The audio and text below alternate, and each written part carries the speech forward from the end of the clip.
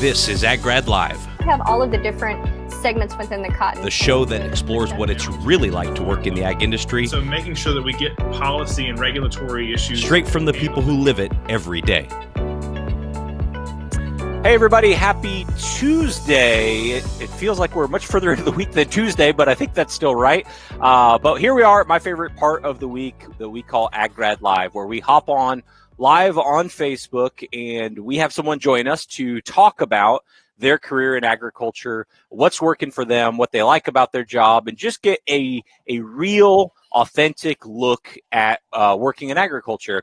And it's been especially fun since we launched the AgGrad 30 Under 30 and being able to profile these dynamic individuals and see the contribution that they're making to their careers and to the ag industry in general at an early age. So it's been especially fun. I've really enjoyed it. And we have another one of the 30 for you here today. Actually, the person who graced the cover of the AgGrad 30 Under 30 publication, we have Elizabeth Burns-Thompson on the show. Elizabeth, we'll bring you on. How you doing?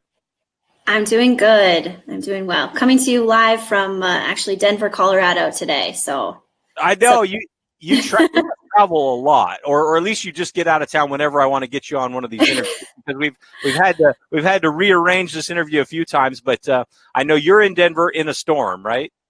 it is.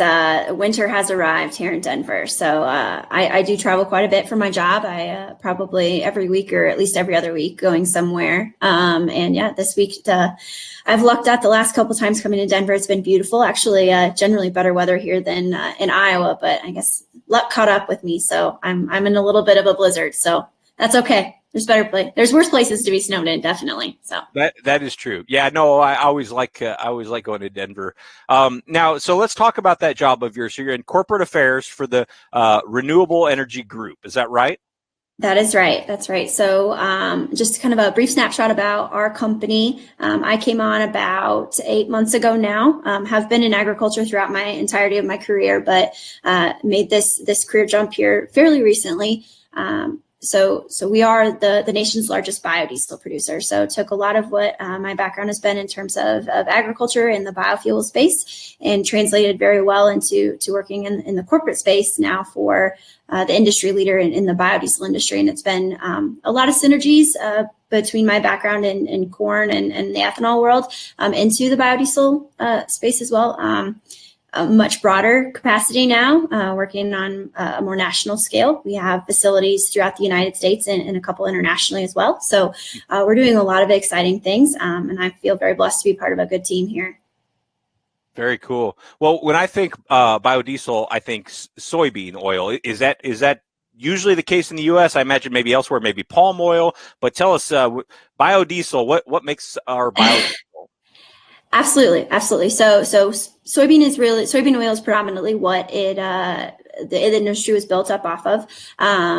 Built by farmers, right? Soybeans, we grow them mostly for the meal. The oil was kind of a byproduct, and using their ingenuity, developed this industry kind of based on that, trying to turn what has been a byproduct into a value-added sector. And so, yes, we still soybean is still the predominant feedstock going into our nationwide supply chain or feedstock supplies going into. But just in the recent, last 5 to 10 years or so, that's really started to diversify too. So I think that's one of the really exciting pieces about our industry is how diverse the feedstocks are coming in. So we have a significant amount, tripping over my words, of corn oil coming out of ethanol plants that goes right into the biodiesel space. A lot of your animal fats, so think your beef tallows, your pork fats, anything that's coming out of a rendering facility. So the livestock industry sees a lot of value from biodiesel specifically, and also the restaurant industry. So a significant amount of the used cooking oil is able to provide a value add into our industry as well. So those are kind of the big pieces of the pie that ultimately make up that feedstock picture that's making up a lot of our domestic fuel supply. So it's really exciting.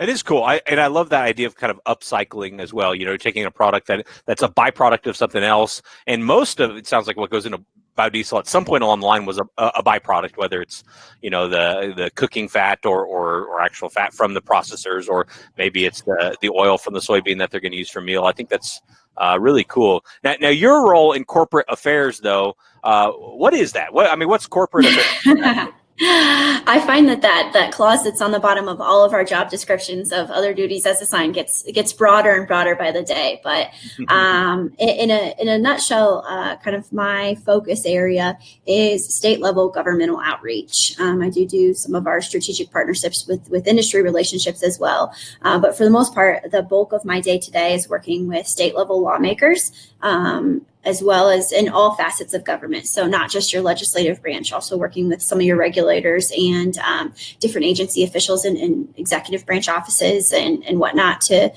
either look at opportunities for in incorporation of biodiesel into their incentive structures, into the policy framework of the state. Some states, you're teeing it up based on the value add to the ag base. Like I mentioned before, most of our feedstocks going into our industry have some type of an agricultural tie. So providing value add back into the farmers of that state, alongside of many of the clean energy goals. So, example of this is what brings me to Colorado, not just the fact that this is a big cattle and corn state, both of which end up as possible feedstocks for biodiesel, but also they have some really interesting clean energy framework policy goals that have been set forth by not just their legislature, but also the executive branch as well. So helping them come in and say, we're setting these goals. Transportation fuel should definitely be part of what you're looking at. And it's kind of my duty to go in and explain and educate, and then help them craft policies that are best suited for that state. So. One thing I wonder about in roles like yours, when you're talking about the number of possible stakeholders in the biodiesel industry, and when you're talking about the number of state legislators or even U.S. legislators, how do you know where to focus your attention, right? It could theoretically be good for your cause to be everywhere. So how do you know kind of where to focus that attention? That's true. And until someone has figured out how to be in 2, if not 3 or 4 places at once, we do have to prioritize our time and our energy. So some of that is looking at what legislative leaders or executive branches have put in place in terms of their policy priorities and where we sync up nicely with those. So Colorado, like I said, being here, it's an example of that. And some of it is safeguarding or protecting or ensuring longevity of some of the incentive-based structures that exist already. So we have a unique framework of different, whether it's production-based incentives or infrastructure-based programs to ensure we're putting the right type of infrastructure both above and below ground that is accommodating for higher blends of both biodiesel and ethanol, because we're sister fuels.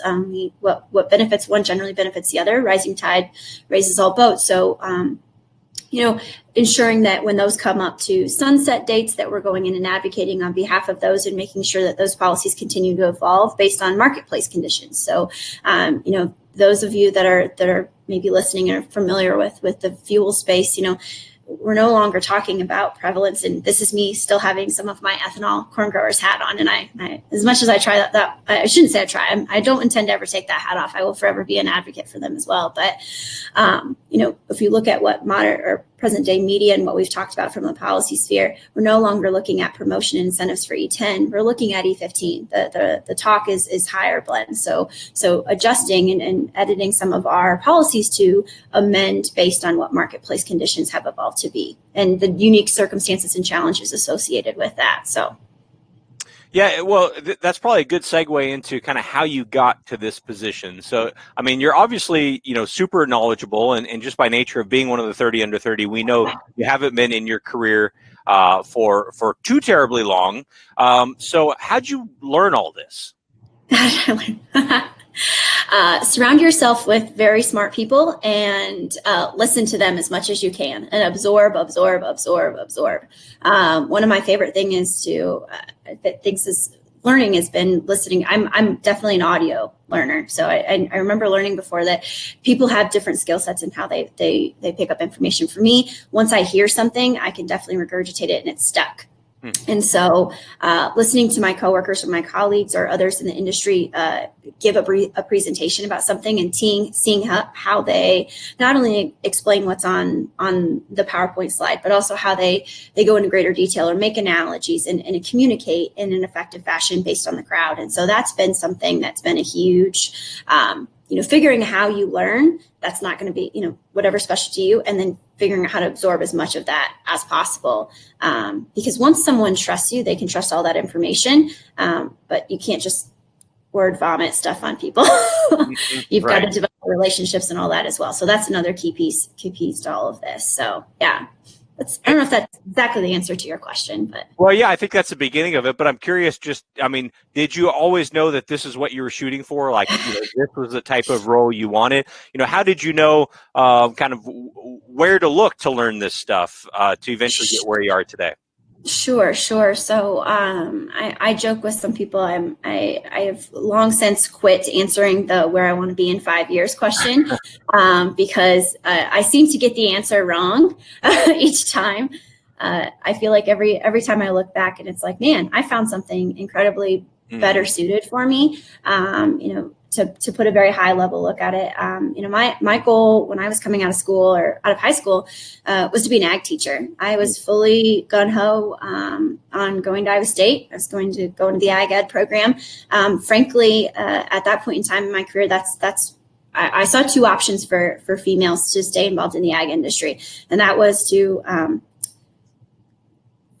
find a farmer to marry and go be a housewife. And that was going to be your involvement on the farm, or be an ag teacher, because that was the only other way I'd seen women involved in the industry.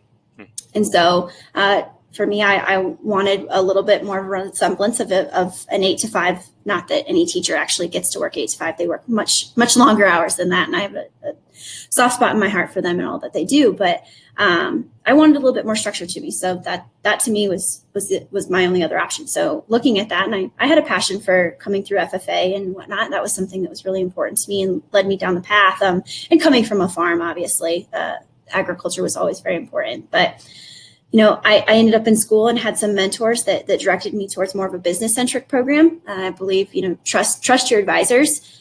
Many times they see something in you that you might not otherwise see, and trust their instincts as well. And they truly did. So brought me into a different program when I got into Iowa State.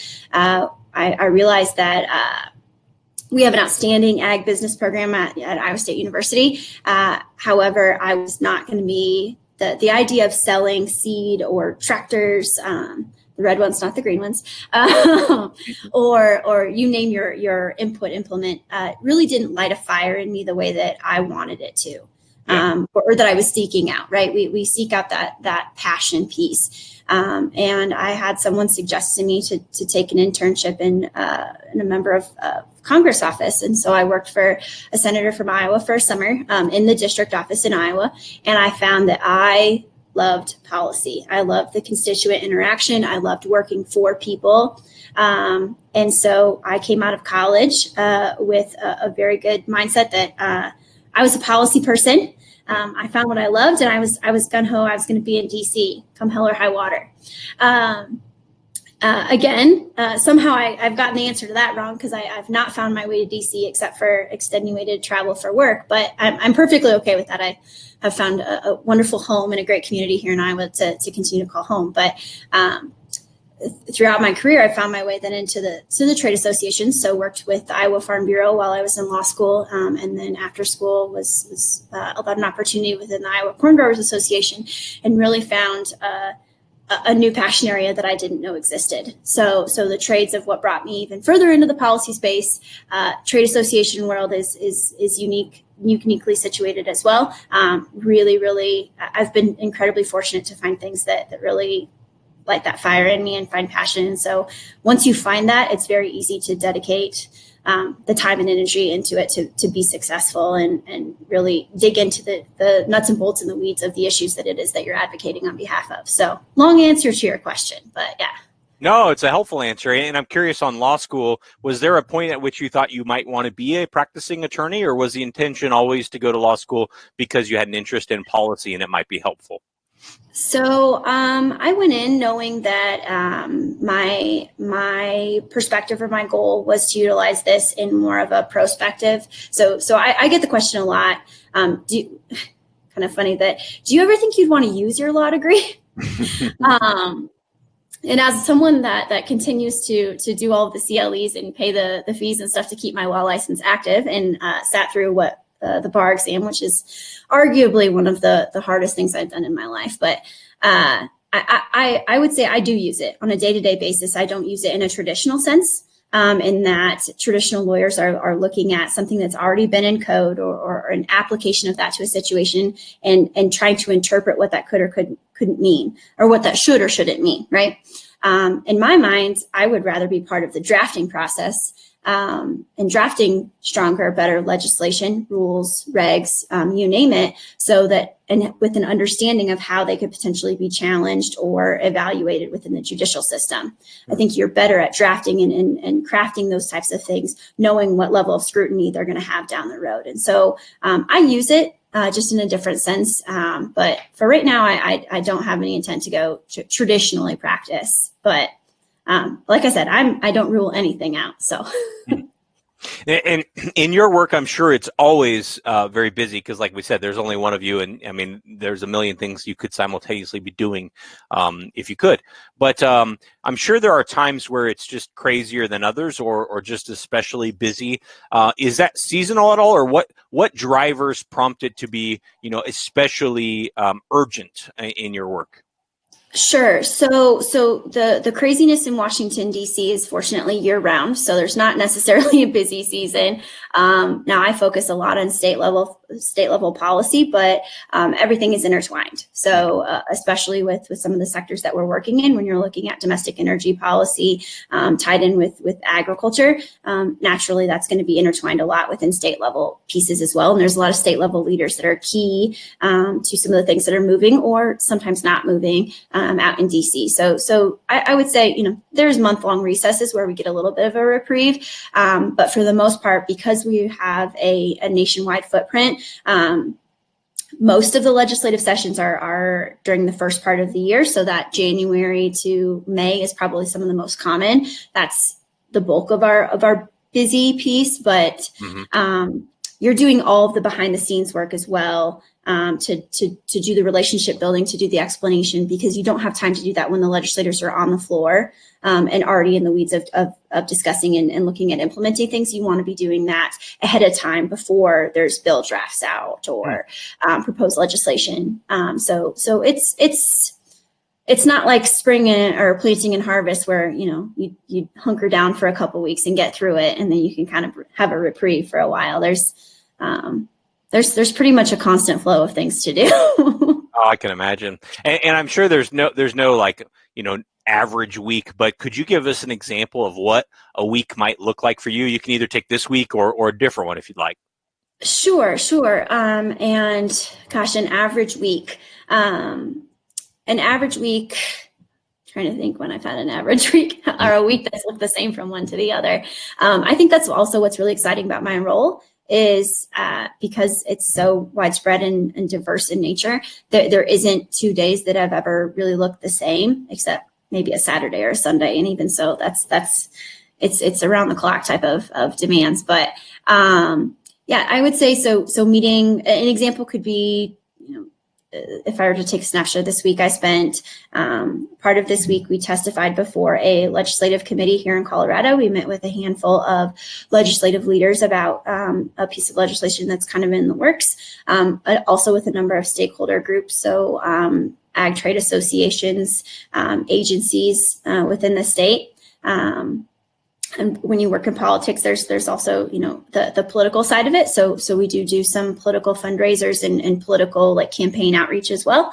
That's another key piece of my portfolio is working on the political side of it as well as the policy side of it. So, outside of Colorado, when you come back to Iowa, which I hopefully get to do tomorrow afternoon, some of my work also has been with along the political scale has been with some of our presidential candidates, which we have more than our fair share of in Iowa, their state of Iowa at any one point in time. So, hosting tours for a presidential hopeful at one of our facilities and facilitating the discussion between them, their policy advisors, as well as our senior management and our plant staff that are actually producing the product, and explaining how the value add of that, as well as how, domestic policies play into that. It's a big gamut. So that's exciting, though. I'm sure that's part of the appeal. Something I think might be helpful for all of us, because it's probably something you have to do on a regular basis, or maybe you're in a position where it kind of comes easier. But how do you get meetings with important people? So your job is like, hey, go meet with all the key leadership in Colorado, for example, just because you happen to be there now. So like, where do you start? And I think this goes for all of us who want to kind of get in and talk to influential people. How do we get meetings? Absolutely. No, and that's a really good question, and probably one of the most daunting things, especially when you're going into a new area, or going into a new space, or I would say the political side of it, from going into like state legislative leadership. For us, it's in many cases hiring someone that's on the ground that can help facilitate introductions. So a trusted voice that's already exists, that's a local voice that can facilitate that introduction. And then from there, it's on myself and my team to really build up that reputation, and educate from there. Similarly situated, like I'd mentioned before, some of our presidential hopeful caucus outreach has been kind of a facilitated a coalition effort in reaching out to campaigns. And some of that is truly, I know it kind of sounds sales focused, but cold calling or emailing based on a list. And from there, once you develop a relationship, it takes just one person to open 3 doors, and then 3 doors open to 10 doors. And as soon as there's a trust there that they've seen value, they want to help you do that. And that's not just in a professional, meeting based, that's in anything. People want to help people. That's right. More often than not. That's I tell that to many of the students that mentoring is really dear to my heart. So I spend a lot of time with any student that reaches out to me, trying to facilitate and make connections as well, because that's just human nature. We want to help each other. Especially if I develop a relationship and a trust factor, I want you to be successful. I want you to be able to learn from the things that I had to learn the hard way or whatnot. And so if a connection that I have can help someone else be successful, I'm going to do that every day of the week if I can. Great. And does it ever happen where you're like, I've got to go to New Mexico and I don't have any meetings set up, so I'm just going to get there and make some things happen? I mean, does it ever happen that, or is it always pretty much it's pretty laid out by the time you get there? So that's from a one-on-one visit, I would say that's probably less common. When you go to a big conference of sorts, which is a lot of what we do for some of our political outreach as well, because traveling to one state is one thing. If I go to a political conference that has legislative leaders from a whole region that are present there, I effectively can make touch points in half of a time zone over the course of 3 days, as opposed to flying to all of those different entities or places. And so with that, that's on you to make organic outreach and sit down next to the right people at the right table for lunch. And, your ability to make small talk and continue conversation and do relationship building, because people won't trust you until they know you. Sure. No, I totally agree. And actually we got Deborah Twisselman, who says, keep up the good fight. Just a little bit of encouragement. Keep up. I'm sure there are daunting days. Well, tell us about that, though, Elizabeth. I mean, are there days where, I'm sure there are days where it's really hard, and kind of, what's the hardest part about what you do, and what makes it worthwhile for you? I'm a millennial, right? So patience is sometimes the hardest thing. And I find too in politics generally, or essentially generally, but all too often, if something seems too logical and too easy, it's probably going to be the hardest things to get done. There seems to be a natural need for some level of controversy. And so if it lacks a certain touch even of some type of controversial piece, people seek it out because it's too good to be true. And so I'm actually pro having something controversial in a bill or a piece of legislation just to satisfy that taste of like, there has to be something here that's a catch. And that thus then makes things take a little bit longer, right? So I would like things to move faster, and sometimes they don't, but that's patience is a virtue, and we all can do a little bit better about that. I will say traveling as much as I do has taught me a new level of patience, because as my mom says, if they don't want to fly the plane, you don't want to be on it. But that just means that you're not going anywhere anytime soon. So so that's definitely a struggle. I think also reminding yourself that you are there to advocate on your behalf, and the person that's sitting on the other side of you that's their job as well. So you are your own best advocate. They are their own best advocate, and it's meant to be a negotiation. So you're not going to always see eye to eye. It's not generally from a position of ill intent, but they have a job to do just like you do. And so I think that's something that, again, a piece of my legal training that has been beneficial, because they teach you in law school, you are your advocate for your client. You might not always agree with what happened or what was done, but you are their advocate. And so realizing that in the political space, it's much the same. Yeah. And for you, what would you say kind of, is there a moment or a general feeling where you just kind of say, oh, it's all worthwhile, solving these hard problems and being an advocate, even when it's tough, it's all worthwhile, when this happens, or something to that effect? I would say little comments like what just popped up on the screen here not that long ago, reassurances of a job well done and continuing to fight the good fight. The little things like that help. I will say going to bed at night and getting up every morning and still having that fire and that passion. To me, that's the most rewarding piece, is knowing that like I'm doing something that truly gives me value. And my heart is so far into the ag industry and what we do. It's a piece of me. It's so intrinsically part of what I do that's just, yeah. So I hope that everyone can find something that they're so incredibly passionate about that they wouldn't even think twice about doing something else, in the moment. It feels so right. Yeah. And so is your group, is it an association of biodiesel manufacturers, or is it one biodiesel manufacturer? We are a corporate entity, so we are the manufacturer themselves. We do participate in a number of the trade entities or the trade groups that are associated with our industry broadly as well. So we're a big supporter of that and participate in many of their activities too. But yeah, we're a corporate entity. Okay. And so where does your group fit in kind of the overall structure? I think one thing that's vague, especially for people starting off their careers, like what's a career path look like? Like if I go off into corporate affairs, like am I just kind of like way off the org structure and not able to get back to, if I wanted to move over to sales or something like that? How does that part work, at least in your company?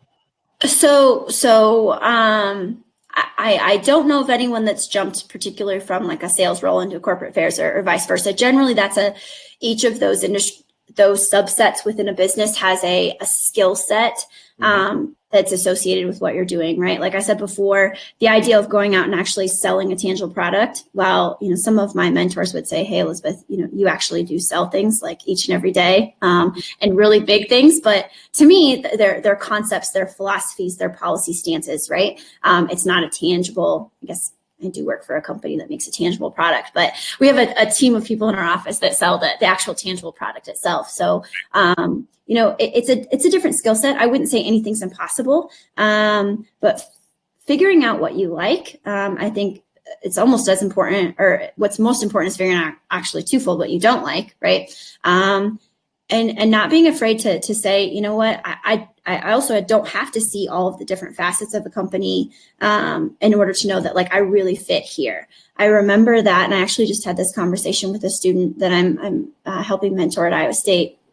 I said, and traditionally a lot of the larger corporate agriculture companies, and I think corporate structure in general, they do have where you jump around in the company and try a lot of different things. And I said, I remember that being frustrating as I was looking for internships when I was a student. And I said, I feel very fortunate and blessed that like I really knew what I liked to do. I knew what my strength was. Not everyone knows that. And I can see where programs like that, where you do try, transportation and then sales and then logistics and then some corporate affairs and then communication, so that you figure that out.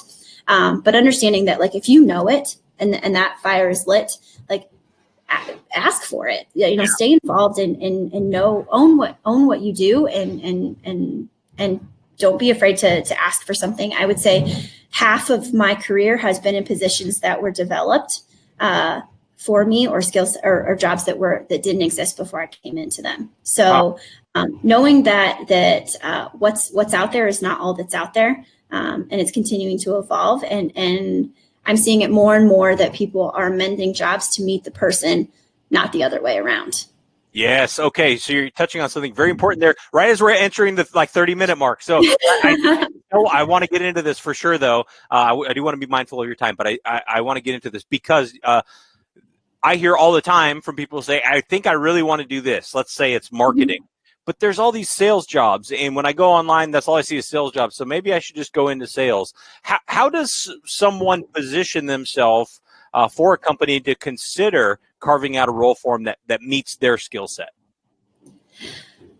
Relationships. It is truly, I would never discredit that you've got to be knowledgeable. You need to be well-versed in what it is that you want to do, but who and having the work ethic to actually get there is, I would say, 75% of the battle. Many companies will teach you and help you get the insight of the nuanced details. They just want to know that you have the work ethic and the passion, and that you knew someone in there that's ready to vouch for you, especially if they're building out something special or different.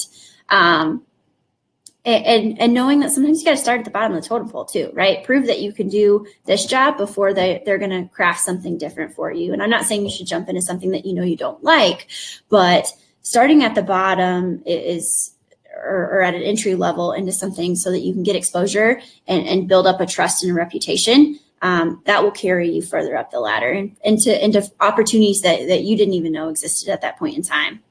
At least that's been true for me. So yeah, I think that's fantastic advice. All right, before we close here, I do want to talk about one other thing, which is, despite the fact that you're traveling nonstop all over, you're still taking time to engage in your local community. In fact, you are running for office. Selfish plug. Right. Yes. Oh, it's great. Let's for city council.